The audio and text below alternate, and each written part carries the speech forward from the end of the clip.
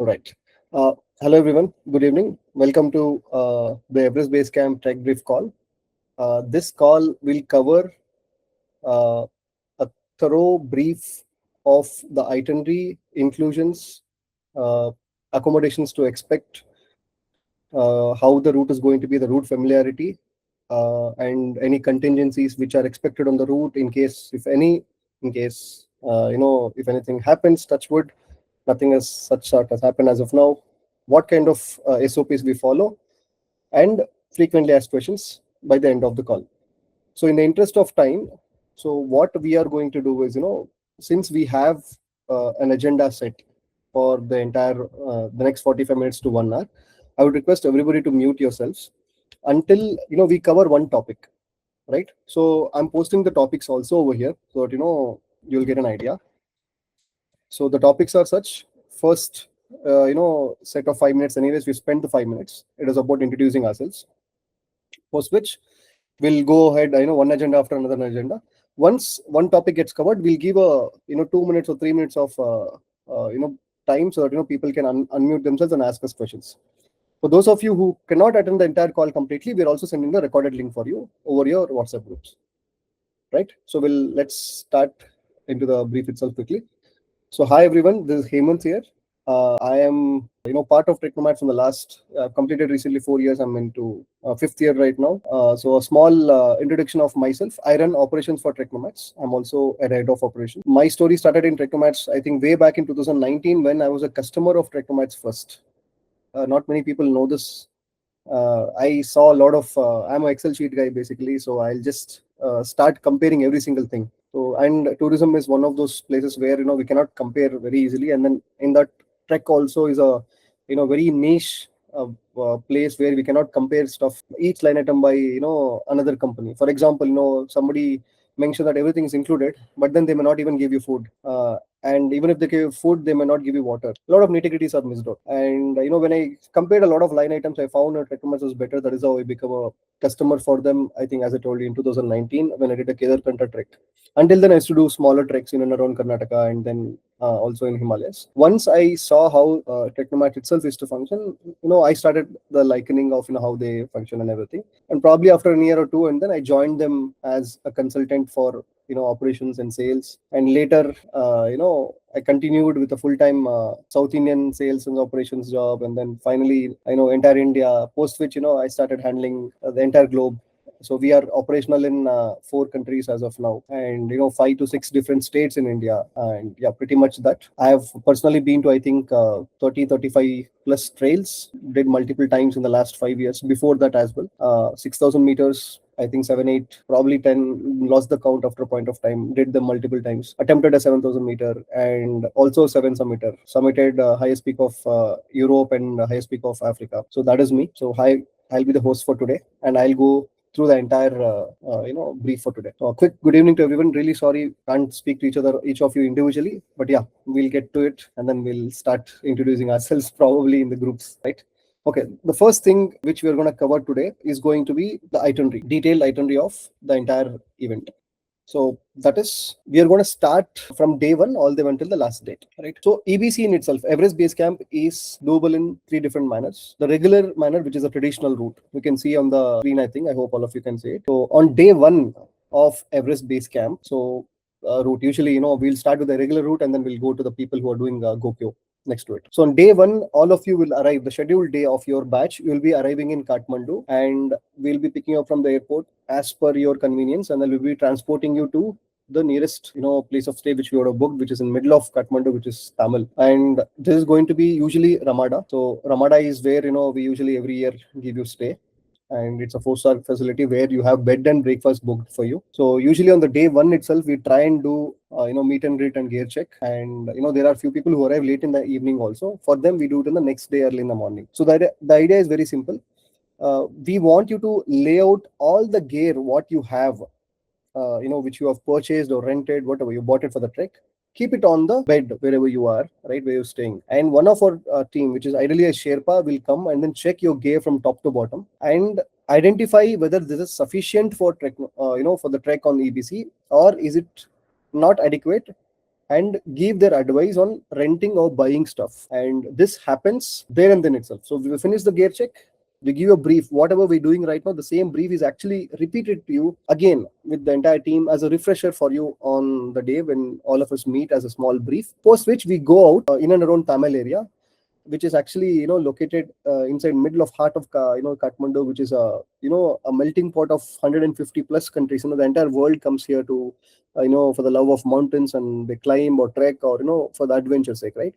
So you find everything and anything in Tamil actually. So we go out and then we purchase or rent gear. Once we finish that activity, either on day 1 or day 2, what we do is we drive from Kathmandu to Ramechhap. Here it is mentioned as only Kathmandu to Lukla. Excuse for the discrepancy there. The reason why we are traveling to Ramechhap, not Lukla directly, is because of the Civil Aviation Authority of Nepal, abbreviated into CAN, CAAN. It doesn't allow people to fly from Kathmandu to Lukla directly in the peak season, which is your April, May, and you're also, which is in the spring, and in the autumn which is going to be September and October. So these two months in each of spring and then autumn are the months when a lot of people come and attempt climbing mountains in Nepal, especially Nepal itself and Everest Base Camp route itself. We can see a lot of these triangles which are there over here, right?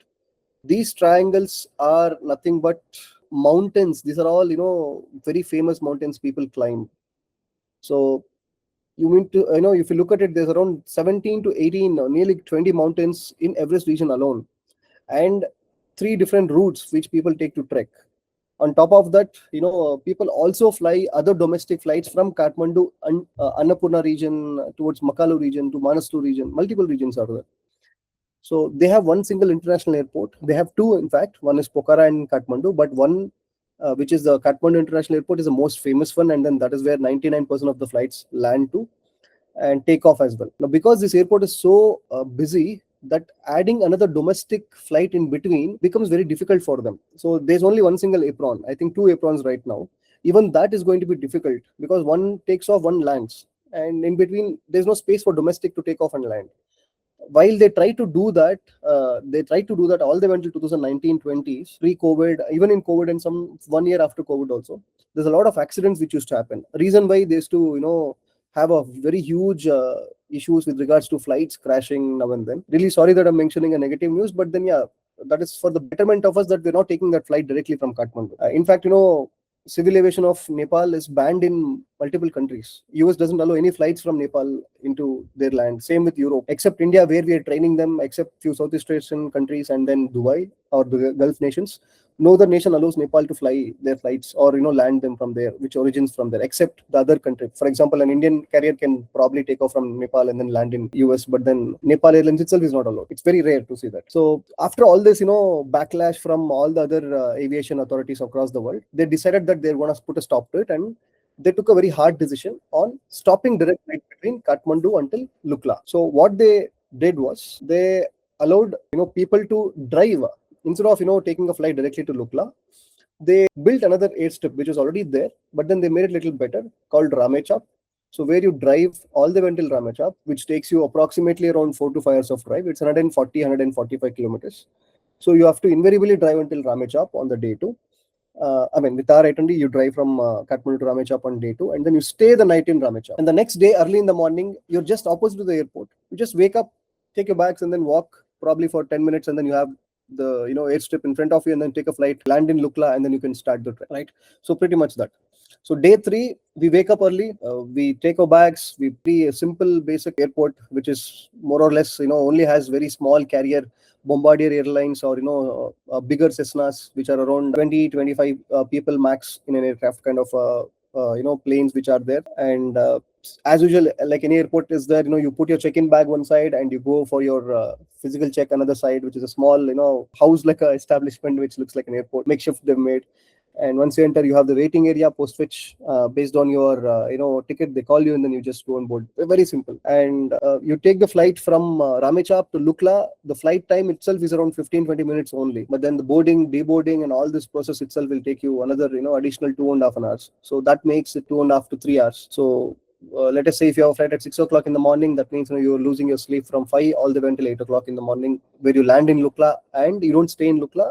we trek up. So Lukla in itself is at an altitude of around 2,880 meters. So for those of you who want about meters, we'll also send this entire FAQ with booklet of day wise altitude gain, loss, difficulty, the distance, time, and all these things will be sent to you in case if you require it on the groups itself. For now, you can only go through listen to it as only a story. So you land in Lukla on day 3. You land at an altitude of around 2,880 meters, and you trek up until Fakding. Today is a moderate day. Even though we're going high up in the hill, you're losing altitude because Lukla is a little bit higher. It's on tip of a hill, and then you gradually lose a little bit of altitude. You gain a little bit, and then again lose. By the time you reach Fakding, you're around 2,610 meters. So ideally, you lose around 230 meters of altitude from Lukla to Fakding. So it's around 8 kilometers, and it should feel moderate for you. But usually on the first day of the Himalayan trek, you feel little difficulty in catching up with regards to your fitness, pace, breath, and a lot of things. That's pretty normal with regards to all the treks and all the trekkers we have seen on the route. So you will take some time to find your pace, find your amount of deep breaths you can take, and get adjusted to wearing a backpack and all those things which you would have not trained here.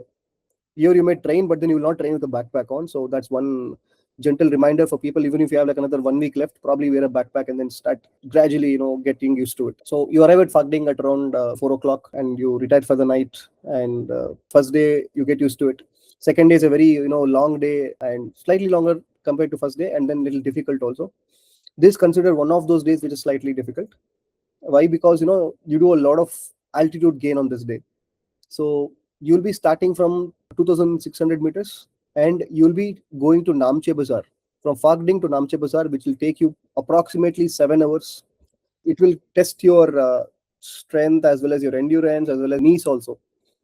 So you're climbing close to 830 meters of altitude gain on this particular day. Both Lukla to Fakding to Namche Bazaar will feel like an evergreen forest for you with thick vegetation, a lot of greenery around you.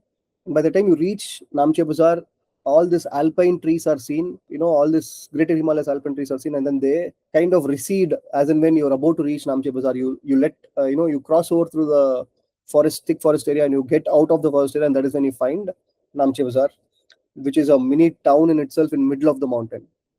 It is in fact, in that altitude at around 3,500 meters, which with that accessibility, which is so difficult to, reach out to Namche Bazaar, the kind of facilities you get in Namche Bazaar is really, really top notch. You have cafes, you have tattoo bars, you have snooker places, you have bakeries, pubs, whatnot. You want to do laundry, you want to do shopping, North Face, all this, sports equipment, showrooms, all this stuff is available in fact in Namche. But then, mind you, it's high up in the hills, and then everything is, 3 times or 4 times the price. You arrive at Namche Bazaar, slightly, it's a longer day from Fakding to Namche, probably around 7-8 hours, I would say. Earlier would have been a 4 hours of trek from Lukla to Fakding, but this day is going to be 7-8 hours. And once you arrive, again, we stay in the famous Kumbu Lodge usually. Most of the stays we book in Namche is usually in Kumbu Lodge. You retire for the night, and the next day is basically the day when you acclimatize. So this is the day 5 of the route of most of the people over here. Even for people who are doing EBC via Gokyori, until here there's no change. You stay in Namche Bazaar for 2 nights. You acclimatize on the day 5, but second day in Namche Bazaar, which is exactly over here. You can see I pointed out with an arrow. So why do we acclimatize? We acclimatize because of one important factor. The higher up we go in the mountains, right? The same principle is followed for a person who is also summiting Everest. What is acclimatization? So let us say I stay at an altitude as of now. Let's say I'm in Kathmandu. I'm at an altitude roughly of around 1,300 meters. My home altitude is Bangalore, which is around 1,000 meters. Now I'm acclimatized to that altitude. The moment you put me in Namche Bazaar in 4-5 days, and the moment you take me higher up, without you giving me a rest, without me adjusting to that altitude, I'm putting myself in risk. What are the risks which I'm going to face? The risks are very simple. It's called AMS. We abbreviate it as AMS. It's called altitude mountain sickness. And in short, it happens because of, getting adjusted to the altitude, which is beyond 3,500 meters, which is suggested for you to stay 1 more night there, point 1. Second, also get adjusted to the weather, getting used to the cold Himalayan chill wind which you get. And 3, also get used to the thin amount of air which affects the amount of oxygen you intake. And what do you call thin air? A lot of people say there's no oxygen in high altitude. What they mean to say is actually it is thin air. So when I try and take a fan, the hand fan, if I try to take wind at my face, I'll get a good amount of air when I wear. This happens in my lower altitude wherever you are. You try the same in Himalayas, no? It is there, but don't feel that wind hitting so much. The air is not so thick enough, that good chunk of air into your lungs. So the air over there is so thin that people feel, even though they're breathing, they have to breathe twice to feel that oxygen to hit their lungs. So basically three things, as I told you again. One, altitude. Second, the weather in itself, which is around you. Third, the thin air. Now, what actually also happens in your body parallelly over here? The higher up you go, heart beat increases, because your body is thinking that you're going up high into the hills, and then there's slight panicky mode. Very natural for body to feel that way, and then you'll start taking good amount of oxygen in yourself, and you empty the entire oxygen what is reserves in your body, in the blood. And what happens when that is going on? Your body is beating, heart is beating faster. So the faster the heartbeat, the pulse is higher, you're depleting a lot of oxygen. At the same time, you're also in an altitude which is around 3,500 meters, which is not your normal, and you're not getting enough amount of oxygen into your body. And that is something like, your body is getting into a shock. To avoid all these things, we want to gradually get it used to it. So we give body two things: worst or the bad. We give you the worst scenario and the worst scenario. What is the worst scenario? On the day two in Namche Bazaar, we do a principle called climb up and sleep low. We climb to a very high altitude, we stay there, which is actually really high altitude for body should ideally get spooked over there, and we stay there for some time, and then you come back down to low altitude after a point of time, and then you sleep in that altitude. Now you would have given body an option to stay in high altitude for some time, which is not normal for you usually, for a person who's from either sea level, or somebody from 1,000 meters altitude, or somebody from Kathmandu who's around 1,300 meters. So the moment you give that altitude gain on that particular day, you stay there for some time, you again come back down to low altitude, body will choose the lesser altitude over the higher altitude, and it gets adjusted to that altitude. Now in our case, if you see here, Namche Bazaar is the altitude which I was mentioning to, where we arrive on the day 4. Day 5, we go to a place called Sangboche. You can see here Sangboche here. Above Sangboche, we go to a place called Everest View Hotel, which is nearby to Kumjung. And from here, we see the beautiful Everest, like a small dot in the entire range of Kumbu. We spend some time there at 4,000 meters, which is 600 meters higher than Namche Bazaar. After spending half an hour to 1 hour there, you come back down to Namche Bazaar and spend your time in Namche Bazaar, the night. So that way you spend the second night in Namche Bazaar in the entire itinerary while going up. So day 5 again is called acclimatization day or a rest day, where you go high up and then you come back and sleep low.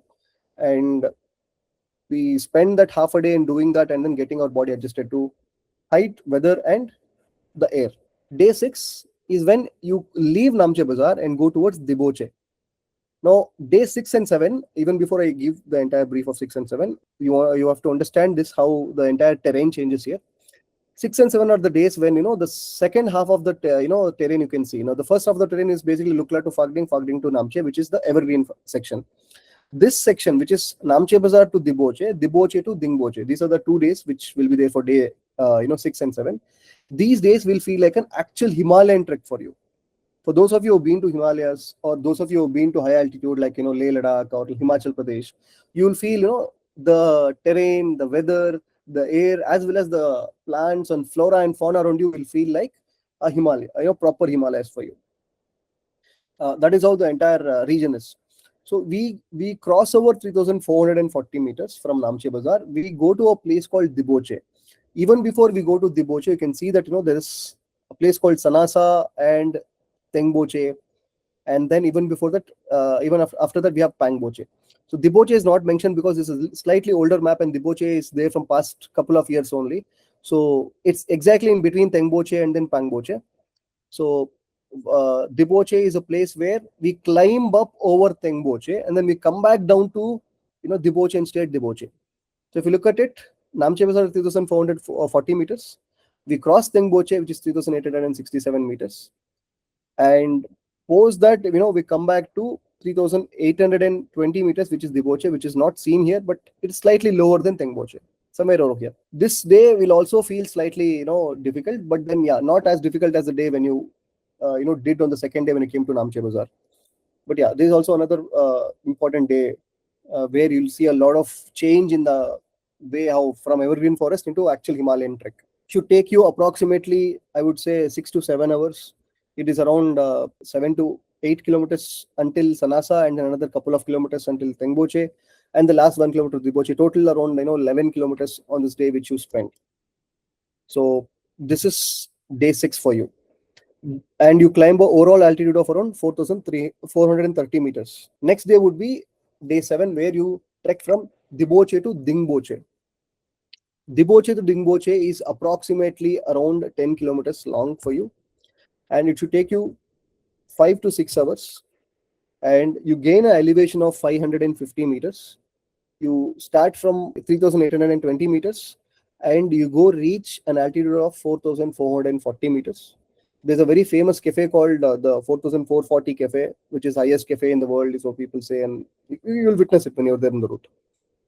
So this should be a moderate day with regards to the climb, because 10 kilometers of stretch of doing 500 meters of elevation gain without any massive switchbacks. What are switchbacks? Switchbacks are basically, you going up, coming down, again going up and coming down, gaining and losing altitudes. So this is one of those days where you gradually go up from Diboche. You gradually go up to Dingboche without losing a lot of altitude, without gaining a lot of altitude. Overall altitude gain is around 500 meters. Now, same thing what we did in Namche Bazaar on day 5, we repeat over here on day 8. Day 7 in the itinerary, but day 8 in the entire overall PVC itinerary what we have. So you spend on going and acclimatizing on this day. So again, the same. In between this Periche and Dingboche, there's this gap, no? This gap is called the Nagashan gap. So here there's a mountain called Nagashan, and people go on top of the Nagashan peak, spend some time, we touch 5,000 meters. So the idea is very simple. When I say 5,000 meters, just imagine this. Dingboche is at 4,350 as per this. This is a lower altitude. The actual higher altitude is 4,440. So from 4,440 of altitude, you go up to an altitude of 5,000 meters in Nagashan peak, which is the same altitude which you are going to stay the next day, which is Lobuche over here, approximately around 5,000 meters. So the idea is very simple. On the acclimatization day on day 8, what we do, we want you to climb higher up all the way until the altitude of Lobuche on this day, which is in Nagashan peak. Spend some time there, half an hour there, and then again come back to Dingboche's altitude, which is 4,440, I would say. Rest there. You spend the entire second half of the day resting yourself, not sleeping in the day, because this is the altitude where you tend to not get a lot of sleep and all these things. So you try to be awake in the afternoons, so you rest yourself sitting in one place, wriggling your fingers and everything, sipping hot beverage, having good food and everything, drinking water and everything, and acclimatizing yourself, because this day is very important for you with regards to physically as well as mentally, to prepare you for the next 2 days where you will be in base camp. The next day is day 9, where we trek from Dingboche all the way until Lobuche. This is 10 kilometers long. On the map, it is shown in a very smaller, length, but actually this 10 kilometers in length, and it should take you 6.5 hours on an average, sometimes 7 hours. So you leave at let us say at a rough time of around 7 o'clock in the morning. You should be able to reach by around 2 to 3 o'clock around Lobuche, and we are there in Lobuche with an altitude gain. We are at 5,000 meters, and we have gained an altitude of approximately 600 meters today. So this is the day where you will be, it will make or break your entire itinerary, whether you can do EBC or not. Why I say that? There's a very important place called Tukla. You can see Tukla over here on the map. You see Lukla here. So it's said that Lukla is a twin brother of Tukla. So basically Tukla is the pass which you cross over and you get into the Lobuche Memorial, where a lot of people who die on this entire section of Everest or other places, there in memory of them, they have made a memorial over here, makeshift graveyard kind of a thing. So you cross over that famous landmark, and then you arrive at Lobuche by around 2-3 o'clock in the afternoon. You bunk for the night. You're at around 5,000 meters. Now post this 5,000 meters, now you may ask, okay, every 1,000 meters above 3,500 meters, I had mentioned that you have to acclimatize. So 3,500 meters in Namche acclimatized, 4,000 approximately 4,500 meters in Dingboche we acclimatized. Around 5,500 we have to acclimatize. But if you look at the entire highest altitude of Everest Base Camp, the highest itself is lesser than 5,500. So base camp itself will feel like an acclimatization for us. So what happens is we don't require another extra day after this point. So we stay in Lobuche on day 9 will be in Lobuche, from Dingboche to Lobuche, and day 10 will be trekking from Lobuche all the way until Gorakshep. Now, this day, I want to also for you to have keenly observe what is going to happen on this day. Lobuche to Gorakshep is going to be half a day of trek for you. It is going to be approximately 4 kilometers only from Lobuche to Gorakshep. If you look at the altitude also, it is 4,940 or 30 over here. You're going to Lobuche, which is around 5,170. So even if you see the difference, it is approximately 200, 250 meters. So not much. This 250 meters can be done, which is around 4 kilometers of distance, can be done within the first 3-4 hours. So you have a breakfast at Lobuche, you arrive at Gorakshep, have your lunch. Once you finish your lunch, you trek to Everest Base Camp, and you finish Everest Base Camp, and then you come back to Gorakshep again, because this is the last place of stay for you for the night, right? So this is Gorakshep for you. What happens from Lobuche? You cross over Gorakshep, have lunch at Gorakshep, you give a quick stop. Then you go to an excursion to Everest Base Camp, take the mandatory picture in group and everything on the rock or below the mountain. Then we come back to Gorakshep because that's the nearest place of staying. For those of you who may have a question of, can I stay in Everest Base Camp? Yes, absolutely. If you have a permit for climbing Everest, you can stay, which is usually $15,000. And I think this year they also have this fitness test, which they have post which only you get the permit. So people who stay in Everest Base Camp are only climbers who are going to climb Everest. Whereas the trekkers usually go visit it for pleasure. We visit that place, we take picture and everything, and then we come back down to Gorakshep and stay at our place of stay. So this is the Everest Base Camp day, which is on the day 10. Now people who have the query that, so can I do Kalapatra on day 1 and can I do EBC on the day 2 is what a lot of people ask questions. So for them, just remember that this is an EBC trek, right? EBC trek, EBC is the highlight. So let's concentrate on doing EBC first, is what I would suggest people. Nevertheless, irrespective of, however it is, if the entire team decides, if the weather is good for tomorrow, let us say you're in Gorakshep today in the afternoon, and I feel, the Sherpa feels that, tomorrow's weather is great, and we can attempt Everest Base Camp tomorrow morning also, and the entire team's energy is looking good, then we'll be like, let's go do Kalapatra today for the evening. So you can see from Gorakshep, Kalapatra is slightly on the left side. For those of you who don't know, Everest Base Camp from Gorakshep is 3 kilometers long, takes you 1.5 hours to do it. Again, takes you 1.5 hours to do 3 kilometers of trek. Whereas Kalapatra from Gorakshep will take the same, 1.5 hours, but it's going to be 1.5 kilometer only. The same amount of duration which is spent on doing 3 kilometers on, elevation gain from Gorakshep to, Everest Base Camp is doubled up when you do Kalapatra. If you look at the Kalapatra's altitude, it is around 5,545. This is actually point maxima, which is mentioned over here. The actual altitude of Kalapatra is around 5,622 meters or 24 meters, which is higher than Europe's highest peak. Both it may be Matterhorn, or it may be your Elbrus. Kalapatra in fact stands higher than Europe, so it is such high up, and then it will be difficult, it will be challenging than doing base camp. So people who want to do Kalapatra, either for the sunset or the sunrise, ideally the itinerary is like this. When you do from Lobuche, when you come to Gorakshep, you have a lunch and then you go to Everest Base Camp, you finish Everest Base Camp, and then you come back to Gorakshep and sleep the night. The next day you wake up early in the morning, you go to Kalapatra, do the sunrise, and then you come back down to Gorakshep, have your breakfast, then you start the descent, returning back towards the lower altitude. You can also do vice versa. How is the vice versa? The day when you leave from Gorakshep to Lobuche to Gorakshep, Instead of going to Everest Base Camp, you have your lunch and you go to Kalapatar and you come back to Gorakshep. And the next day, when is the descent day, you go to Everest Base Camp early in the morning, finish it, you come back to Gorakshep, have your breakfast, then you get down. So pretty much that. Please remember that this is an entire team's decision and it is not individuals. So you can decide when you're there. So let's leave the decision there. Yes, ma'am. I think I see one hand up. Any queries? Regarding Kalapatar. Yes, Actually, we ma'am. decided to go to Kalapatar the same day as we go from Laguchi to Gorakshep. Yeah, We yeah. want to go see this in sunset. Sunset. Correct. So Golden next hour. day we had planned for EBC. Sure, sure.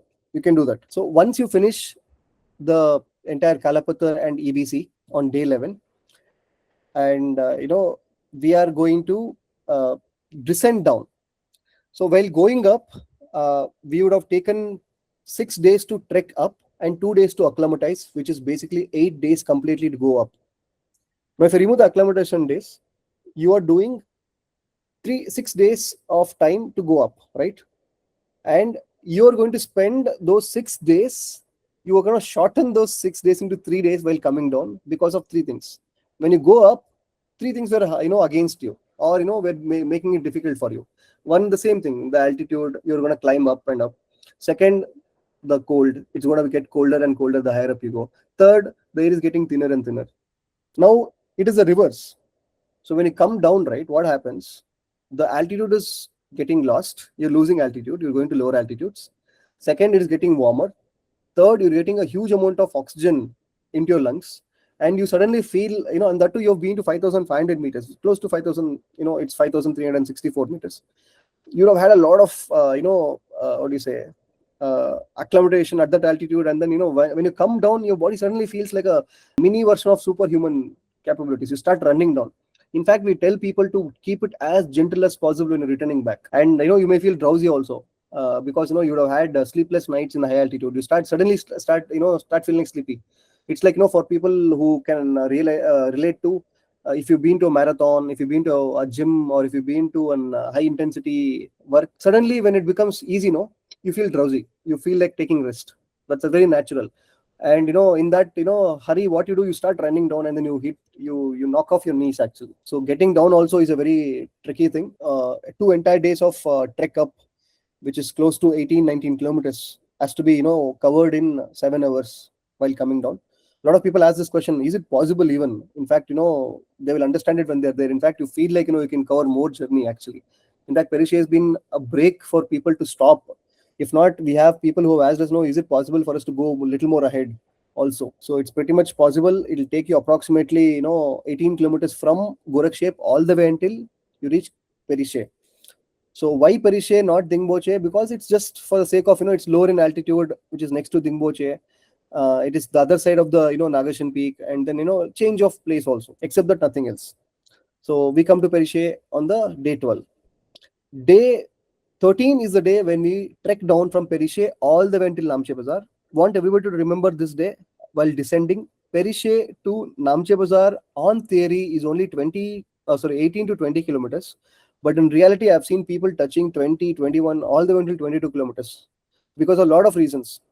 There's a lot of zigzag paths which you are supposed to cover, but people try to avoid it. They try to take shortcuts, or people tend to there's a lot of routes which are there on the entire EBC route in itself. So people try to take, even if you take 100 meters extra in one single kilometer, by 20 kilometers you would have taken easily 2 kilometers extra. So that way it's all on the ground how much you actually do it and stick to the route. But on an average, you're doing 20 kilometers on the day when you do from Perishe, getting all the way down to Pangboche, Diboche, Tengboche, Sanasa, and then coming down to Namche Bazaar. So remember that this is one of those very long days for people who are getting back from EBC. And once you're there in Namche Bazaar, you're back in the town, and it feels like a small celebratory thing for you actually. While even though Gorakshep would have already been first round of celebrations, but Namche Bazaar is coming back like to civilization, where you get unlimited internet, unlimited power, unlimited water, everything unlimited for you. So in fact, we book in a stay called Kumbu Lodge, where it feels really great for you after the entire tiring journey. So yeah, pretty much that. And the next day from Namche Bazaar, you come down to Lukla. Again, 18 kilometers, takes you around 7.5 hours, and you're losing 600 meters of altitude on this day. And by the time you reach Namche Bazaar, you will have those final, until Fakding is okay. Fakding to, you can see this Ghat, Chopling, all these things is okay. But if you look at it, on the first day, if you remember, from Lukla, we lost altitude getting down towards Fakding. Now you have to climb up that altitude. So while you feel really great that you finish the trek, the last section is little steep. You go up, actually climb around 100 meters of altitude gain. There when you look back of doing the entire itinerary, you feel actually really sad a little bit about yourself that you're leaving this itinerary. I mean, you're leaving this route and going back. In fact, every person feels that. You get into the complete green of Everest route, and then you say one final goodbye to the route, and then you arrive at Lukla, and then you spend the final night in the route on this particular day. Post which, next day, wake up early, freshen up, and you're flying from Lukla until Ramechap. Same way, just like how we had flew from Ramechap to Lukla, we do the reverse of it. We fly from Lukla back until Ramechap, where our vehicle will be waiting for us, where we take a drive of around again another 4-5 hours. By the time we reach Kathmandu, it's going to be around 5 o'clock, 6 o'clock in the evening, and we retire for the night. Back to civilization, one very good bath in your, how you had probably in Kathmandu for the last time, warm, long shower, which you might require, and we call it a night. And next day is on buffer night for you. So this day of the buffer night is spent for you to do sightseeing in Kathmandu for half of the day, and the second half is at leisure for you. And in case if you don't use this buffer on the route, only then we use this sightseeing here. In case if you use the buffer, now why do you say we have to use the buffer? It is because on the entire route of EBC, once you enter the route, there's no issue. The chances of you using a buffer is very limited. But before entering the route in itself, if you look at it, the flight scenario, there's a lot of bottleneck in Ramechap before you take the flight up, and also there's a lot of bottleneck in Lukla when you take the flight down. So I have been to Everest multiple times, and there has never been Everest Base Camp happening with same difficulty or same problems. Every year there's one, it has never been like that. Every year it has been a new set of problems, new set of solutions which you're trying to find. So in the last 2 to 3 years, what we are seeing is a lot of flight delays in either Ramechap or even in Kathmandu direct flights, or even in Lukla. We have finished the entire itinerary, but we are stuck in Lukla because the flight is not taking you out, because there's a lot of people stuck in Lukla. So for that sake, we have kept a buffer. This buffer day will be used for you in case if it has to be used on the entire trek route, or before the trek route, or after the trek route. So buffer night is a part of the package. Whenever you use the buffer night, it is either in the Ramechap trek route or Kathmandu. All three places, it is bed and breakfast. Lunch and dinner will be on you. So if you use it in Kathmandu, we'll be giving you that extra sightseeing. If you don't use it in Kathmandu, you'll use it in buffer night on either Ramechap or Lukla, or in the trek route. And 16 days is basically the day when you check out and you are saying final goodbyes to the newly found team whom you have met, who has enabled this journey. And then, yeah, pretty much that's the entire itinerary for you. Any queries on itinerary, please let me know. If not, we'll go to the next section so we can cover the remaining parts. I hope none of you have any queries. Great. Okay, so we'll come down to Gokyo. Since this group doesn't, this entire group doesn't have anybody doing 3 passes, I see only 3 to 4 people whose names I think who are doing Gokyori. So Gokyori can be done in 2 ways. One is the actual forward route. So I'll keep it very crisp and easy for you. So you will be doing Lukla all the way until Fakding, Fakding until Namche Bazaar. Namche Bazaar, acclimatize one more day. Then you trek with the normal trekkers towards Tengboche, but somewhere around Sanasa, you take a deviation and then you go towards Dhole. And from Dhole, you go to Macharmo, and Macharmo to Gokyo. And in Gokyo, acclimatize. Where do you acclimatize? You acclimatize in Gokyo Ri. In Tibetan, Ri means a mountain, La means a pass. Reason why Gokyo Ri. Tuk La. Tuk is the pass name and La means pass. Similar to the Lukla. Luk is basically a pass and then La is the name. Similar to that, you go acclimatize yourself by going to the Gokyori mountain range. You're at the peak of Gokyori and then you come back down to Gokyo village. Then you come to Dragnag or Tagnag, however you say it, Tibetan or Nepali way of 2 different pronunciations. From Dragnag, you cross the mighty Chola Pass, which is already higher than Everest base camp's altitude. And people who do Gokyo route don't have to necessarily do Kalapathar, because the entire reason why you do Kalapathar is because you want to see Everest from a vantage point, to see all its might. Why we say that? Because the closer you go to the mountain, this mountain becomes so huge that you can't see the entire mountain, the entire range. So you come back little farther to get an isometric view, little farther away and little higher up, so you can get maximum amount of Everest what you can see. Reason why we come down to either Kalapathar in EBC route, but here Chola Pass or Gokyori, both of them will give you very good views of the entire Everest region and Kumbu region. So I think people who cross Chola Pass, they see better views than people who do usual Everest Base Camp, the regular route. Reason why Gokyo is famous for, and also the beautiful turquoise blue lakes which you get on this route as unmatched beauty which you can get in any other routes. And you cross Chola Pass and come to a place called Zongla. And from Zongla, you directly come and attach to Lobuche, from where the actual itinerary goes. And then you follow the itinerary until Everest Base Camp, finish it. And the day when you arrive at Gorakshep, it is late in the evening. So you come back and stay in Gorakshep, and you will be spending the next day in going and doing Everest Base Camp, and coming back and taking another night of rest in Gorakshep for people who do the forward route of Gokyo. And the next day, you trek down as usual. You come down to Perishe in one day, and then from Perishe all the way until Namche Bazaar the second day, and third day you come back to Lukla, and the remaining of the itinerary is the same. Those of you who are doing base camp with us, we usually tell them out recently a lot of changes on the route. Now and then floods, now and then weather which has become really unpredictable. It's become really difficult for us also to promise people that we'll be able to cross Chola Pass, because Chola Pass is still called the mighty Chola Pass. It's not very easy, it's challenging. So we suggest people, why don't you do the reverse route of it? What is the reverse route? Same thing. You do the entire Lukla all the way until Everest Base Camp together with the entire Everest Base Camp regular batch. Once you finish this regular Everest Base Camp, people get down to Perishe, right? So that day you don't get down to Perishe, you get down to Zongla. So you deviate from there onto a different path altogether. You say goodbye to these people. From Lobuche, there's a shortcut. So you come all the way to Lobuche, from Lobuche you go to Zongla. Once you're there in Zongla, then you cross Chola Pass, because you're acclimatized well. In fact, doing EBC first gives you a lot of advantage, because you acclimatize at 5,500 meters already. That means all you have to do is get down, lower your altitude, and come to Zongla's altitude, which is slightly lower.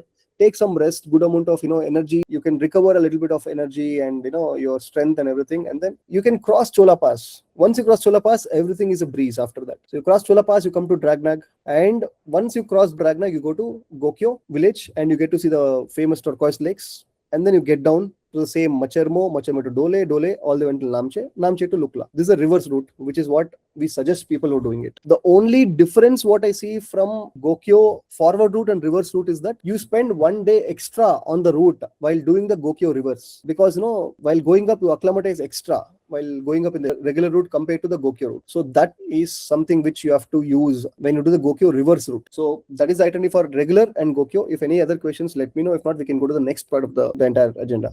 I hope no questions. All right. So we'll move on quickly to the next part, which is basically our inclusions, right? Okay, yeah. Accommodation. Before I go to accommodation, there's inclusions.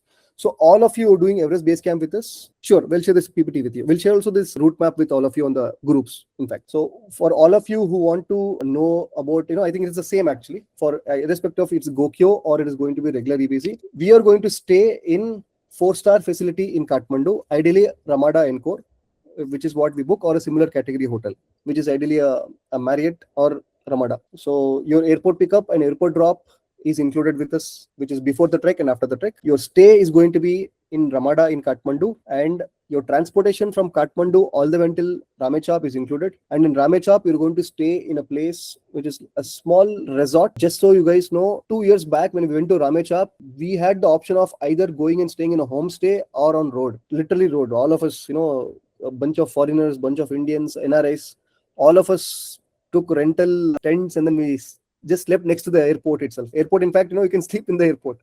People don't give a damn. After 6 o'clock, airport is closed. When I say closed, it's completely open. Anybody can enter the airport, to the apron and everything. That's how basic it is. But right now, after 2 years, there is some infrastructure there where you can actually rest and then get some good, food and, place to recover yourself for the next part of the journey. So you stay in a simple village style resort which is a pool and all these things, and very few AC rooms are available here. And then we try to book those AC rooms for you over here. And after you fly from Ramechhap to Lukla, the entire trek route, tea house. A lot of people don't understand the concept of tea house.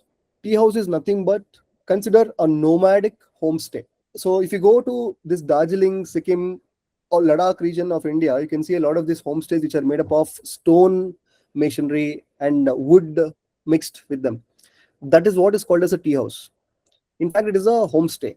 It's a literal homestay which people used to rent out to people who are travelers who are going up, right? So you'll have two sections. Section one where there's a kitchen and dining area, which is in the ground floors usually, with a chula, which is basically a thing which keeps the entire dining area warm and everything. And the other section, which is basically your dormitories and stays where you go ahead and you spend the night over. So these tea houses are there in the entire route. Wherever we book tea houses is going to be good attached tea houses. Attached means again attached toilets. So out of this entire 11 nights which you're going to spend on the entire route, you're going to get attached tea houses for the 9 nights. 2 nights you're not going to get those attached tea houses, which is basically in high altitude, which is your Lobuche and Gorakshep. Apart from these two nights which you spend in the high altitudes, the other altitudes which are in lower reaches of the entire route, you get attached tea houses, comfortable 6 inches thick mattress with a good quilt which is given to you. And higher up you can probably wear a down jacket to keep yourself warm. So there's a lot of people who ask me all the time, do you need a sleeping bag for me to keep myself warm? Imagine yourself, you're having a 6 inches of thick mattress along with a quilt which is given to you, and on top of that you have multiple layers of gear which you would have bought. A simple down jacket which you can wear on top of your clothes is more than sufficient to keep yourself warm. But nevertheless, people who are from really warm areas, for people from, let us say, so the eastern part of Europe, or Africa or Australia, you might feel really cold. So probably you can consider having an extra layer of a thin sleeping liner. Instead of bringing a very huge sleeping bag, probably a thin sleeping liner which might give you extra warmth for yourself. So yes, you get very good quality tea houses which are which are booked on the entire route for you for the entire 11 nights. So these are accommodation.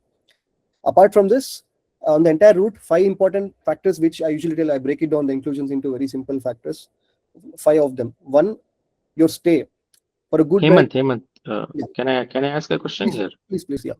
See, from Labuche to Gorakshep, how is the accommodation? Like, do we Yes. get sleeping bags and all? No. Lobuche and Gorakshep will also have the same kind of tea houses which you find in the lower altitudes. The only Okay. difference what you get is the toilets are not attached. That's So okay. Okay. on an average tea house in, let us say, in Dingboche, you will have probably around in one single corridor 4 rooms on one side and 4 rooms on the other side. So all of them Okay. will have single attached toilet with them, right? So what happens when you go to Lobuche is these 4 plus 4 of one single floor rooms, probably sometimes there'll be 8 also, right?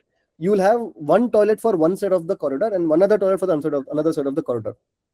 So you get a common toilet. That's the only difference what you get. But Okay. the bedding and everything is usually the same. The category of rooms will become slightly basic, but you at least get a mattress. So the moment you have that entire cushion, you get that insulation from the cold from the floor. I think that should feel good for you. Okay. Got it. Thanks, Hemant. Yeah. So 5 important factors with regards to inclusions, which will cover a lot of queries for all of you who are part of this call. One, accommodation. So our emphasis on the entire route with regards to itinerary is such that even if a family or a friend or somebody who's close goes, they have to go and come back in a very convenient manner. That is the biggest ethos what we have. So number one is accommodation. So a good night's rest cannot be matched with anything. So we cannot compromise on that in giving you cheaper alternatives, giving a budget trek. That is not the entire idea of it. So reason why we book a good quality tea house where you can at least get some good rest. The stay should be great. Second, food. When I say food, I would have to bifurcate food and water into point 2 and 3, because a lot of companies don't provide water on the route, while we are providing both food and water. So with regards to food, in Kathmandu, you're getting bed and breakfast only. In Ramechhap, the moment you arrive on day 2 in Ramechhap, from the evening of Ramechhap until you exit the route in Lukla on the day 12, right? Breakfast, all the meals, all 3 meals per day is included. So 3 meals are open menu. Usually in Ramechap it is buffet menu, and other places in the trek route it is open menu. What is open menu? Open menu means, you can open the menu of that particular cafe or the tea house where you are, and you can order without any restriction one item of your choice. So a lot of people ask, why can't I order multiple items? Just keep in mind, this is a place where there's no electricity lines, there is no fuel, everything runs on fuel actually. So high up in the hills, and then every single thing is some human being carrying it up for you. Either it is cost or it is some effort. So that way, we have went really stretched a lot to provide this. A lot of operators don't even do this. So opening a menu and ordering the item of your choice. Let us say I'm in Namche Bazaar, I'm feeling really energetic, I want to feel like eating a very good amount of food. Order probably, momo platter. You get fried momo, you get, I'm just giving an example. I'm not saying necessarily I have momos, but yeah, you can order, English veg breakfast meal early in the morning. In the night, you can probably take I think, a non-vegetarian meal, Sherpa meal. So however you feel like, and dal bath in the afternoons, which is what we suggest every single day. So what I mean to tell you is, however you feel like on that particular day, you can order as per your choice. But usually what we tell, have good amount of carbs in the afternoons, have light food in the morning, so that you can you can keep your stomach slightly, that gap, so that you can do some bit of trekking. And in the night, have some warm soupy stuff, so that you can get that warm hot food intake, so you can feel good in the night, and then early in the morning you wake up energized. So second part is food. 3 times any one item from the menu, which is the open menu concept. Along with that, we also want you to consume 3 times beverages, which is coffee or ginger lemon honey, or a tea, which is whatever it is, right? The idea is very simple. You are consuming 3 times into 3 beverages, which is 350 ml into 3 times is basically 1 liter of beverage already with the meal. Along with this, number three, which is basically consuming water. We provide 2 liters of water per day. Either you can take a bottled water, which is 1 liter in the morning and 1 liter in the evening, or you can also consider taking filtered water, which is hot. You can filter the water, and you can take hot boiled water, which we consumable water, which we give you. So which is basically uh, 2 liters of water, pure water, and then 1 liter of beverage what you consume, plus the food which has also moisture in it. So on an average, all of you are consuming around 3 liters of liquids inside you minimum per day. So the idea is good sleep, point one, which is tea houses is included. Second, food, good nutrition 3 times a day with 3 beverages, and good hydration, which is point number three, which is covered. Apart from this, fourth one, a good Sherpa who's going to, experienced guy who has been on the route multiple times.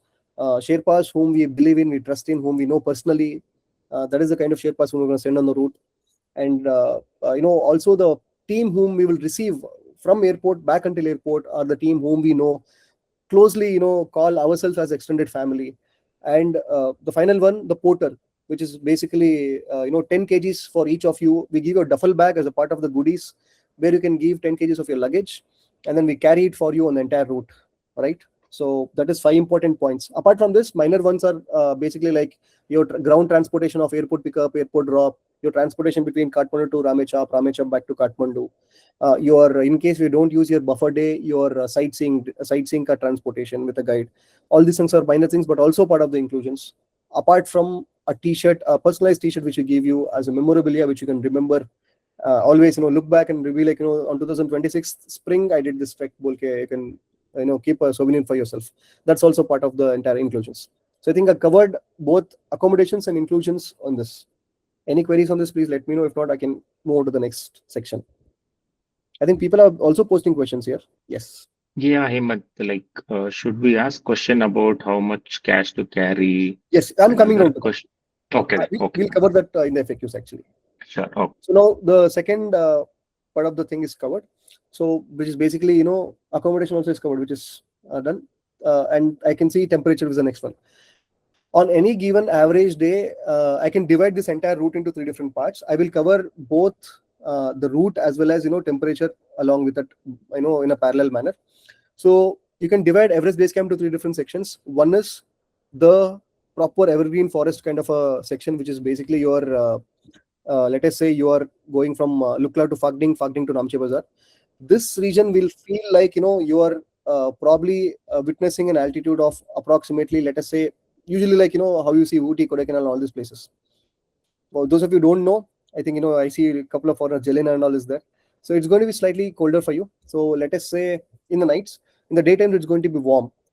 Tell you in Celsius, which makes sense. In the daytimes you're looking at plus 15 degrees, and in the night times you're looking at 5 degrees, right? So this is the altitude which you are looking at in the lower altitudes. When you come to Namche Bazaar, the altitude kind of changes. You're touching 0 degrees in the nights, and then you're probably touching 7-8 degrees in the days. The moment you cross Namche Bazaar, you get into the actual, as I told you, Himalayan trek range what you go into, right?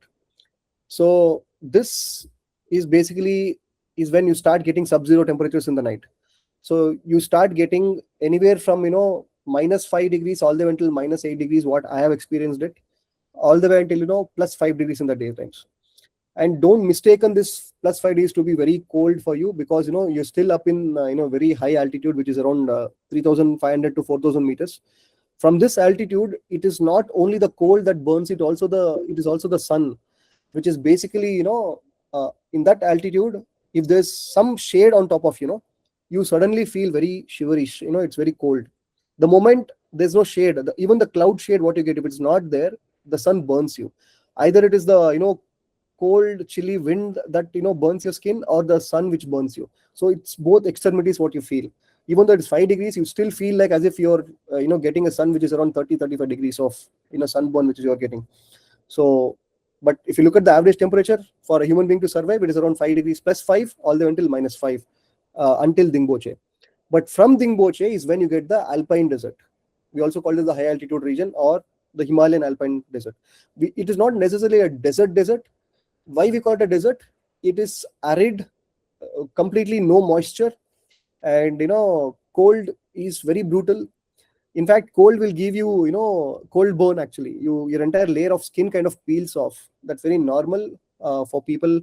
Once they do Himalayan trek, that's very usually normal. But in Everest Base Camp, it is definitely going to happen. You will get two tones darker, and you start peeling your skin. So that is only because of the chill wind which hits you, the breeze which hits you. So you're expecting anywhere from minus 10 degrees all the way until 0 degrees to 2 degrees in the daytimes.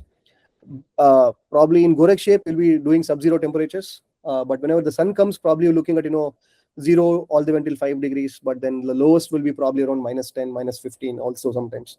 But you're not outside at any point of this given time when the temperature is lower, because you are well inside the tea house, tucked in on top of a mattress, and could do it, and your safe down jacket.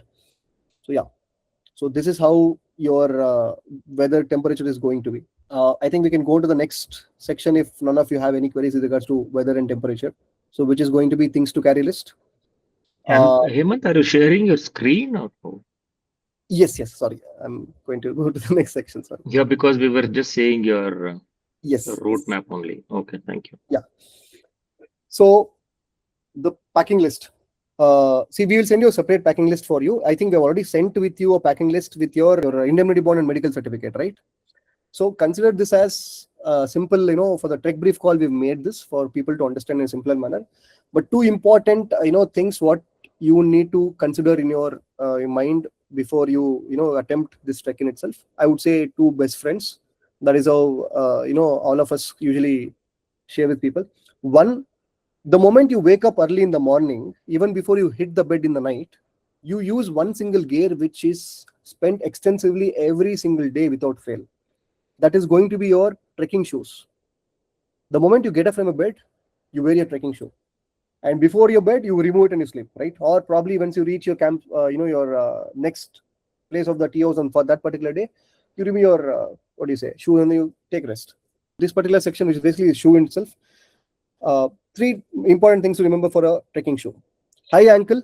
Why high ankle? Well, high up in the Himalayas, usually you walk on gravel, you walk on rocky surface, you walk on slippery surface, on a wobbly terrain. Sometimes moraines, we call them, closer to Everest Base Camp, which are small rocks. So all these places are very uneven for you to place your leg on. So it is very essential that you have a very good grip and then you don't twist your ankle. While this will not right away give you a very, what do you say, it will not cement your ankle in its place. It also provides the ankle that mobility it is required. But at the same time, when you try and fall over, or when you're slipping over, right, the high ankle of a shoe will allow you to not twist your ankle. So reason why we suggest have a high ankle shoe. If at all you don't have an high ankle, don't worry, you can always buy a ankle support separately, which is your ankle crepe bands, which you get. All this boxers and all these martial art people usually wear it. If you don't know, you can simply visit either a decathlon or any sports center near in and around you. You can probably take that. It is like a crepe band which you tie around your ankles, and then they're firm. So usually high ankle shoes, which is waterproof and which has good amount of grip, which is we call them as teeth. So this gear number one. Gear number two, all of you are getting ready with regards to you're getting fit, exercising each and every day and all those things. But then none of you have tried, or probably none, I would not say none, few of you would have been trying it out, but then most of the people miss out what I've observed. You don't train yourself wearing a bag. The moment you wear a bag which is probably 5 kgs, day backpack is usually around 5 kgs, the entire difficulty becomes twice different than what you used to feel. So having a very good backpack which hugs your shoulder without giving you back pain, and you should not crouch more, you should not lean back more, it should be in a very good stature where it'll help you in doing the trek in a very good pace. So two important friends, one is a your trekking shoe, and second is a good rucksack. So apart from these two, to roughly run through it, going through the entire thing will be really, really long. But to roughly run through the entire section, right, I would say we will start from bottoms to up only. So we spoke about your trekking shoes right now. So along with your trekking shoes, usually have socks. So ideally you can repeat socks every 2 days once. So you're spending 11 days on the trek route. So ideally you have at least 5 pairs of socks, trekking socks, which you can have. Apart from this 5 pairs of trekking socks, for the nights before you hit the bed, you remove this trekking socks and wear a woolen socks, because woolen socks will give you that warmth which is required for this thing. So ideally have a separate set of woolen socks which is used every day, every night, the same pair. So 5 pairs of normal trekking socks, and then probably woolen socks. And slightly higher up, your trekking pant. Every single day from low altitude all the way until high altitude, until Dingboche, you only wear a trek pant, nothing else, no layers in the bottom. Why? When you trek, right, when you exercise, basically, there's some core temperature which is inside you. Now imagine that core temperature, how does it, affect, if you look at it, you start sweating around your back, your front, and then, you suddenly, get most worked up with regards to your entire bottom part of the body. So usually your legs are usually active, even though your torso, you just put your hands inside your jacket and you simply walk around. Your legs are always active. They're walking. Their knees are raising up, and it's all, there's an activity going on in the lower body. So you don't require extra layers which are required for you for the lower body usually. So you usually have a good trekking pant. So a good trekking pant is always a must, not a track pant. Not a flimsy one which will simply tear, because you might sit on a twig, rock, on a mountain, you might sit on any place when you get tired. So you never know. So having a very good durable trekking pant. So usually you can repeat trekking pant every 5 days once. Considering it's a 11 days, 12 days trek, I think 2 trekking pants would be sufficient. But as a backup, you might have a third one, maximum, not more than that. I usually carry 2 trekking pants, but pretty much that. Apart from this, the next thing would be your innerwears, right? So innerwears and t-shirt, these are the things which you change every single day. So each day have one pair for yourself. And coming down to the torso, which is basically the upper half of your body, the immediate layer which comes to your skin is basically called the base layer. In the lower altitudes you don't require it. It's only required from Namche Bazaar onwards. So first 2 days it is not required. So just remember, you need only from Namche to Diboche to Dingboche, Lobuche and Goraksha, which is basically 4 days to go up and 2 days to come down, 6 days only. So for the 6 days, you can actually repeat every 3 days one base layer, which is ideally you can take a separate base layer for yourself, or you can take good thermal. We call it thermals in India, and it's pretty much the same also in foreign places also. But yeah, it's also called a base layer sometimes. So either one of them, a thermal which comes right next to your skin, not a cotton one, because cotton one will absorb your sweat, and then it stinks and you can't use it the next day. Ideally have a fleece one, or a polyester one, polyester come fleece, polyester come cotton, which will wick the moisture away. On top of this, you always have a t-shirt, which is a dry fit t-shirt. Again, the same principle. Have a dry fit t-shirt, not a cotton t-shirt, because the moment cotton gets wet, it becomes very difficult to dry it in the in these altitudes where there's a very good chance 2 to 3 days you may not even have sun. So the least you need to have a smelly backpack and smelly luggage and everything, and you feel really uh, disgusting about yourself. So hygiene purposes, I would suggest have a dry fit t-shirt every single day. Ideally, a full sleeve t-shirt. If at all you don't have a full sleeve t-shirt, consider wearing a cricket sleeve or a sports sleeve, we call it. So again, that is available in sports shops or decathlons or all these mountain trekking shops. You can go wear them with your half sleeve t-shirts. And on top of a t-shirt, dry fit t-shirt, you also have two important gear, which is one is a fleece, second is a down jacket. So why a fleece and a down jacket? When you layer it up, we call it layers, right? So why do you call it layers? So the colder it gets, you can wear multiple layers, and the warmer it gets, you can remove those layers. So fleece jacket will break the wind which comes and hits into your body, right? That is right away, or a sweater, which will kind of break that wind, which will rightly touch into your body. And second is a down jacket, which creates a air column around you and gives that good warmth. Again, down jacket is a separate quality. Down jacket is completely unique one. Don't get confused with a down jacket with a padded jacket, which is very heavy, which is bulky, which cannot be compressed. A good down jacket can be compressed into pocket size, which can be kept into a simple jeans pocket, or you can just carry it in your hand, which is only 250-300 grams, probably maximum 400 grams, not more than that. Apart from this, you also have a poncho. My preference is poncho, but there are people who also wear rain jacket and rain pants.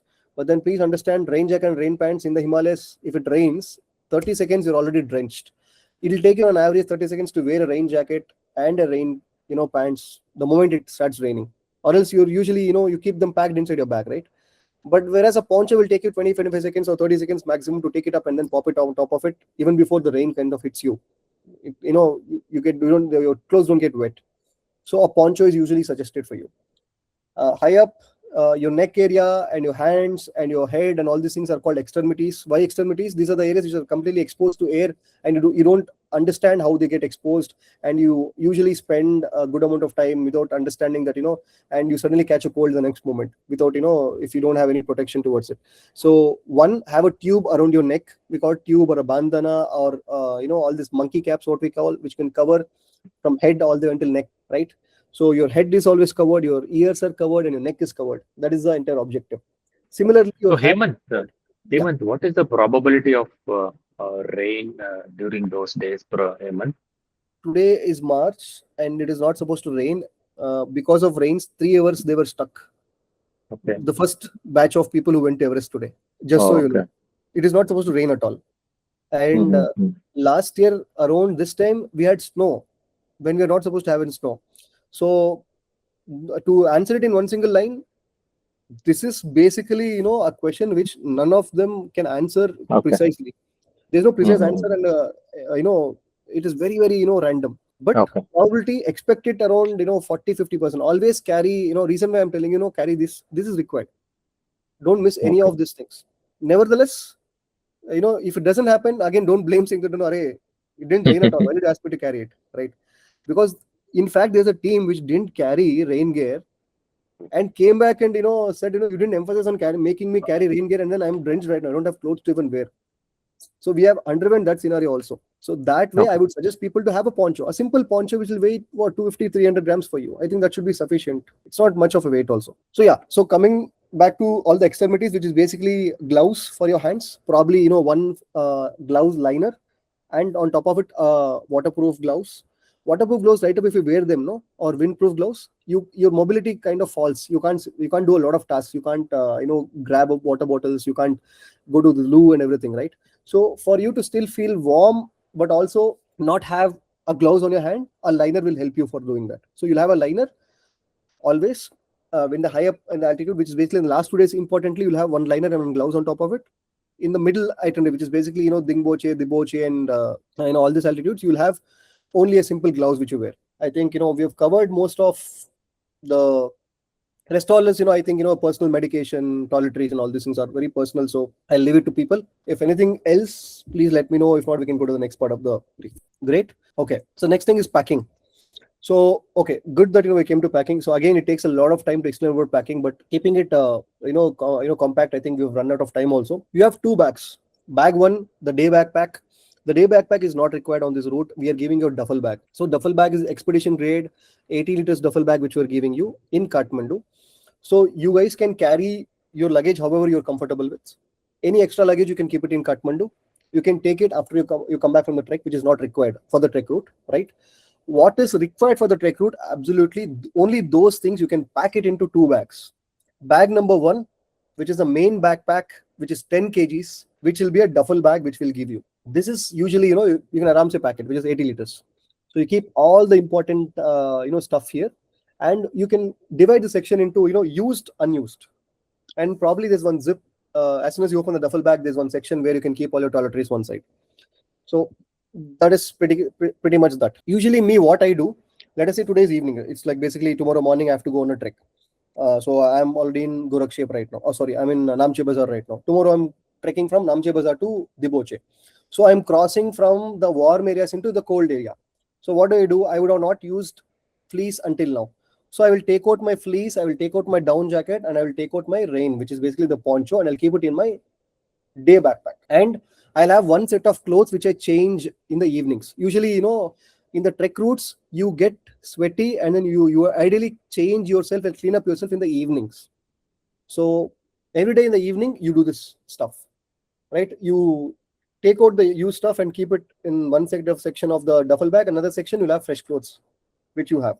And in the day backpack, what you have, you'll always have 2 liters of water on you. You'll always have fleece jacket for cold, down jacket for cold, and poncho for rain, which is always accessible.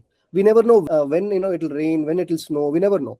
So at snap of a finger, the weather might change, and you have to take it out and you have to put it up on top of you. So make sure these three things are accessible. Whereas water, ideally, I suggest people to carry the water bladder. Sorry, I missed it on the things to carry list. So the moment you have water bladder, what happens is you will have a lot of time which you save. Instead of taking out your bag, taking the bottle, sipping water, and again doing it. Imagine doing that 10-15 times a day, versus you having a water pouch where you simply just sip on water. That saves a lot of your time, and also the effort of removing the bag from your shoulders and again wearing it, again clipping, unclipping, and all these things are saved. So that is in the deep inside the bag. So there's only a pipe which is coming out from the bag. The top layers will always be your either lip balm, your all these things, down jacket, your fleece jacket, your poncho. Completely inside that probably will be your medication.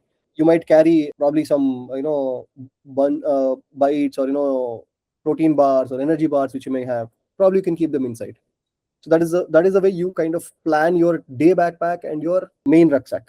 And also, to save a lot of space in the main rucksack, since it is not the item, it is a trek and you're not expected to wear iron clothes, all you have to worry is use the space utilization as much as possible. So that is ideally wearing crumpled clothes only every single day. So roll it and use the nook and corners. So you roll it, and I use this packing cubes, we call it. So packing cubes will help a lot. So probably one packing cube will have all my t-shirts, one packing cube will have my innerwears, one packing cube will only have my woolens, and another packing cube will have my trekking pant and probably my base layer. So this is how I differentiate. So keep all these things in probably packing cubes and roll them instead of folding them. Utilize all the space possible. That way you can have as compact bag as possible. In fact, a fun fact, people who do expeditions, who do around 15 days, 20 days, even they carry only 10, 12 kgs. But there's a lot of times, I've seen people in Everest Base Camp carry close to 20, kgs by the day when they arrive in the first day. They empty 5 kgs in Kathmandu. They bring this 15 kgs. Even in this 15 kgs, they come with the assumption, okay, what if I might use this? And, in this, what if I might use this, they lose a lot of waste. Stuff is carried. I would not say waste. A lot of this stuff is carried which is not used at all, which is pointless. So whatever you feel you're in doubt, I might not use it, don't carry it. So carry it only if you're absolutely sure you're going to use it. usually what we observed, 60% of the gear is only used whatever people carry in the mountains. Usually 40% is not used at all. Thanks to you having porters, you can give the luggage to them, but then again, no use in carrying a lot of stuff which is it's relentless stuff, right? So I would suggest people to only carry stuff what is required. And also you also have this limitation of taking 10 kgs on top of a flight from Kathmandu to Lukla or Ramechhap to Lukla and vice versa in the return also. So make sure that it is there. So just like our airlines, however you take the international airlines, right, similar to the domestic airlines, there will allow you to carry 10 kgs of duffel bag and 5 kgs of day backpack. So ideally every single day you're carrying around 5 kgs yourself and you're giving 10 kgs to the Sherpa, the porter basically. So we have covered things to carry and packing. Next, risk contingency. So if anybody has doubts as of now until about these questions, well and good. If not, I'll go to the next part. So Hemant, you're saying totally 15 kgs, 10 kgs porter will carry, and 5 kgs we have to carry. That's the Correct. When I distribution. say 5 Okay. kgs, ideally what I mean to say is you will have around 2 liters of water, which is Yeah, basically sure. I 2 got kgs it. already. And you'll have your down jacket, your fleece jacket, your poncho. All three of them will be 1 kg approximately, Okay. which is 3 kgs in itself. Bag is around Hmm. 300 grams. 3.5 kgs are already covered there. Now all you have is probably your valuables, cash, energy bars, probably camera, toiletries, and all these things, wet wipe and all Yeah. this, right? So Okay. yeah, so I think all these things will And come up to 4 or 5 kgs. Yeah. so porter usually will be next to us, or he will just No, keep moving to the destination so already. on an average Hmm. given day from Lukla to Fakning will take you around 4 hours Hmm. for us. Porter will cover it in 1.5 hour. Ah, okay. So which means he will not be beside us until we reach the place. No. We'll So not be able to get anything yes, apart from what we have. Okay, yes, got it. yes. So what Okay, you're asking is a that's personal porter who will be always with you. So that is separate. So this is actually even that is available on the route, but then that mm, again if only required you can take that. But usually yeah. these porters they it's not running also. They walk I know. very Yeah, I know. effortlessly. They Okay. walk and then you feel really it's like a joke for you if you look at them Yeah, yeah. Just carrying that 25 if kgs. yeah, just that if we need anything additional from him from our bags, we'll not be able to get that Not be able because to you would take it. have. Yeah. Okay, got it. Thank you. It's only in the what do you say, late in the evening. And Late in the also they evening. will act as our people. See, in this route, even though reservations is made, again one more fine point before I can go ahead with again to the further points. Even though we make reservations, we make all the best efforts, expect everything unexpected to going which is going to happen in the entire route. When I Mm, say that, we have the entire best intention to make sure that we want to give a good experience for you. In fact, we have very good connects on the route also. Certain times what happens is the routes what do you say, difficulties and the routes bottlenecks will take the better of all of us. It'll test a lot of us. For example, I'll tell you, Lukla has probably 1,000 to 2,000 people who can stay there. But there was a point in Lukla when there were 2,500 to 3,000 people stuck in one single day. And additionally, there are people coming every single day, around 500 to 1,000 people for the next 3 days. So by the end of third day, there are 5,000 people in Lukla, which is supposed to house only 2,500. So what happens with the tea house owner is, even though he will be loyal to us after until a point, the moment if I'm able to I don't know, earn another 500 rupees extra, or I have huge pressure, or I have another priority, which is basically somebody is evacuated. If a patient is there, I'll have to give him room rather than person who's coming. Even if you're paying, both of us are paying the same money reserved, but then they'll give preference for climbers. Even before climbers, they give preference for people who are not feeling well. And second will be the climbers. Third will be the reservations which they would have taken. These are order of preference what they give. Entire yeah, route. in fact, I had a similar question on this, Yeah. Hemant. Since this is the peak season, Yeah. so everybody will be attempting to go for EBC and beyond that. Correct. So whatever accommodations we have, food and all, so we will not have any problems, right? No, Because no, no. this is the peaks. Okay. See, if the weather doesn't go bad, Hmm. if the route in itself is going to be acceptable limits. When I say there's no very catastrophic, let us say, lot of chopper cancellations, lot of flight cancellations, people are stuck there for days together.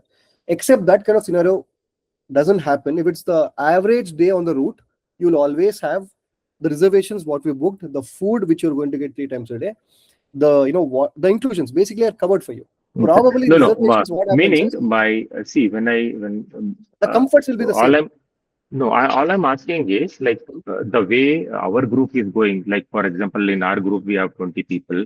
Likewise, there could be Yes, like lot of Trek people will be there. Nomads, Himalayan trekkers. Those Correct. people also will be coming.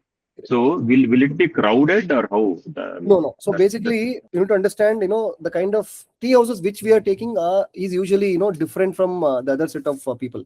okay. Okay. So that way, that way, if you look at it, even the inclusion what we've given you, we'll give you example in Namche Bazaar. I'm very sure that we're going to book Kumbu Lodge for all of you.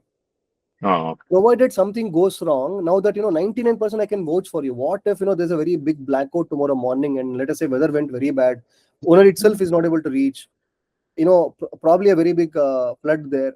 So what happens is our team is mentioned in such a way that, boss, I need Kumbu Lodge or something very equal to this only, nothing lesser than that, Mm.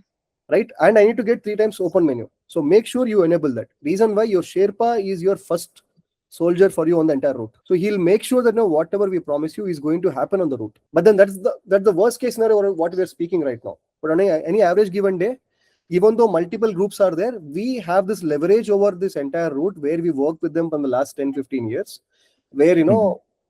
for the first 5 years probably as customers, then later as we used to find partners, then we are operating it ourselves in a manner, we've had personal connections with the lodge owners and TOs owners, and probably a few connections in the flights and all these things, right? So that way we have some leverage over this route where they give some preference to us that yes, these people are coming, they'll definitely come and they'll reserve that for us. So usually Okay. most of the itinerary, you should not have any hiccups without anything. You're going to complete with the same lodges, tea houses, as well as inclusions for you in the entire route and come back. There's Okay. absolutely no change in that. Sure. Okay. Only expecting people to understand that certain times which is beyond our control, beyond your, ours, and everybody's control, because of nature's fury. If something goes wrong, that is the expected stuff. What is it that there we have to improvise ourselves and adjust to that. That is the only thing what I meant to tell. Oh, okay. So. In those scenarios is when we get risk contingency. So Mhm. 2 to 3 scenarios what I've seen. People who get AMS. So I'll tell you three different, to keep it very, very short for risk contingency. Three ways how people get where we have to explain people about risk contingency in itself. Number one, your AMS, which is the highest, which is the worst which you can get on the route. So the moment you have breathing issues, the moment you have vomitation, vomit, dysentery, or something which is related to AMS related issues. So the only way which you can help you out is sending you to low altitude. There's absolutely no way we're going to take you top. AMS means you have to descend. So how do we assess whether you have AMS or not? Again, with respect to our expertise with regards to the Sherpas, and they'll ideally identify that.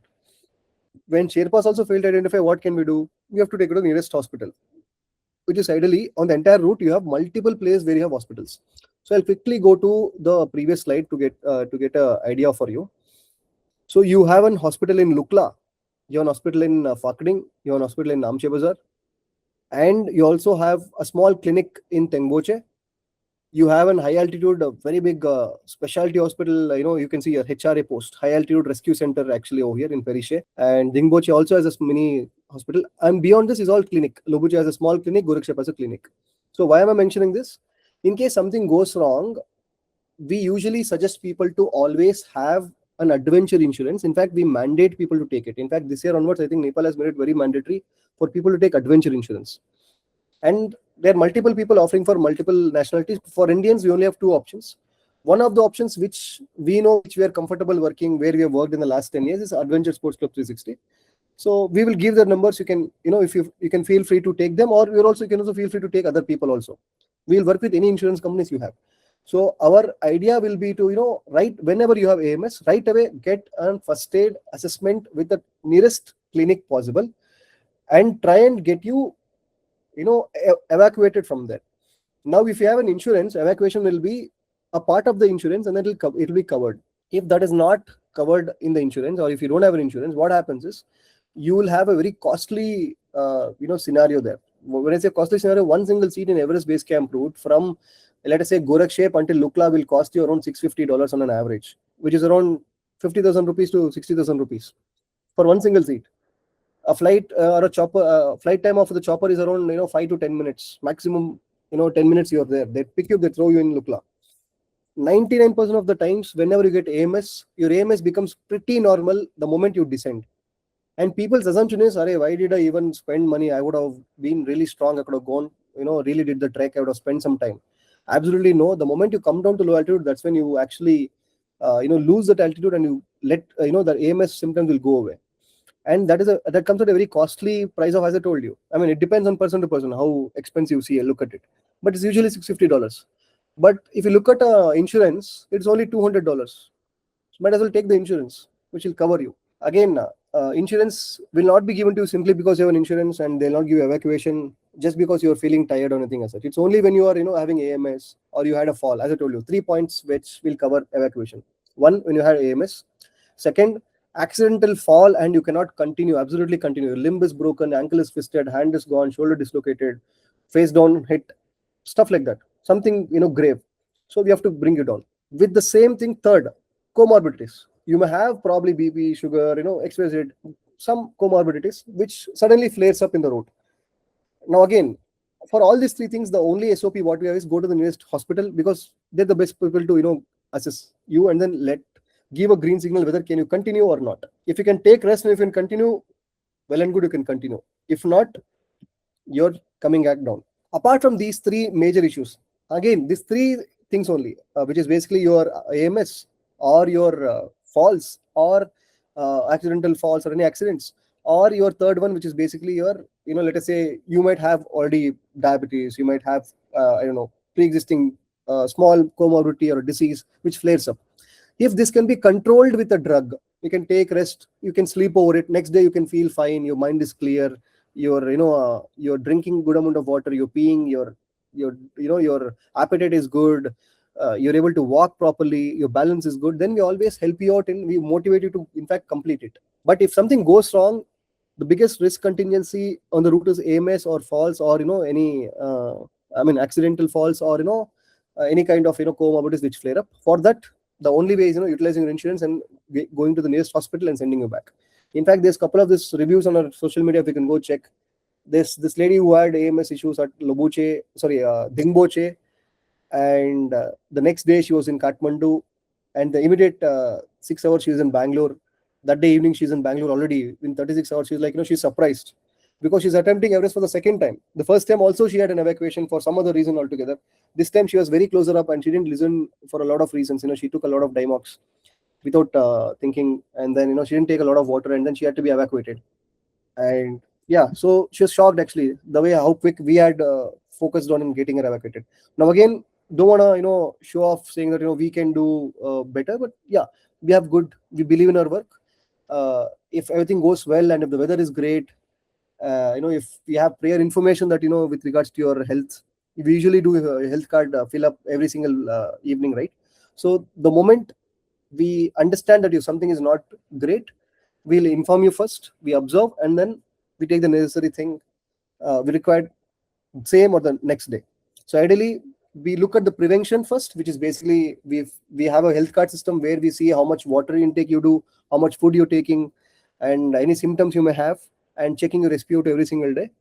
Apart from that, we also sit with you to understand how you're trekking, how each day in the dinner times you have a brief time where we understand who was slow, who was quick, who had issues. We listen to you, we hear you out, and then probably one-on-one we sit and we try and see if we can help you out by giving you probably a headache pill or a Dimox, or whatever we could do from our end, right? We try to avoid as much as possible. Something which goes beyond our hands, doctor is the only go, evacuation will be the maximum which we'll do, and we'll help you out with all those things. We'll work with the insurance partner closely actually. So risk contingency also covers that as well as insurance. So insurance is a mandate. Please take an adventure insurance, not a travel insurance.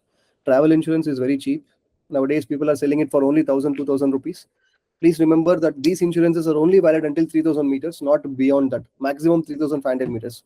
The moment you cross 3,500 meters, any activity you do, be it trek, be it a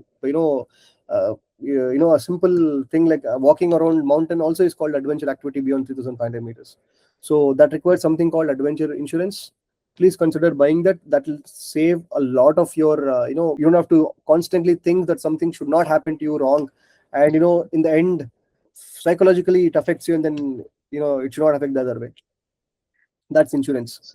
So Hemant, you will, I mean, Share the TrekNomads will contact. guide us to Yes, we'll take put it the in the insurance, right? yes, we'll put it in the group Okay, actually. okay, Yeah. And last thing is goodies. So ideally, goodies, what we give you is a t-shirt, small band, badge, wristband, and all these things, and a duffel bag, a personalized t-shirt, which which I think, I like TrekNomads. Being a customer for the first time, is that, I still have my Kedar Kana t-shirt which I did in 2019 or 18, 20, I think. So looking back at it, I'll remember it. So I have around 10 t-shirts right now. So every single tech I go, I have a t-shirt. So probably, it's like a small memorabilia. Just like, people who go to marathons have a medal. So I have a t-shirt. So now and then people often ask me, "Oh, you've been to the highest altitude." So I have a Kanget Setu, which is a climb, which is around 6,200 meters. So people ask me, "Oh, you've been to this altitude, very nice and everything." So it's good. So not many people, understand what it comes with. But yeah, it is actually a small, I would say, memento or a memorabilia or a souvenir, what you call it. So we give a personalized t-shirt of your preferred name. We'll send it across to your home, or we'll give it to you in Nepal wherever you arrive on the day one, along with the duffel bag and the goodies. So with this, most of the section is covered. So I'll end the recording here.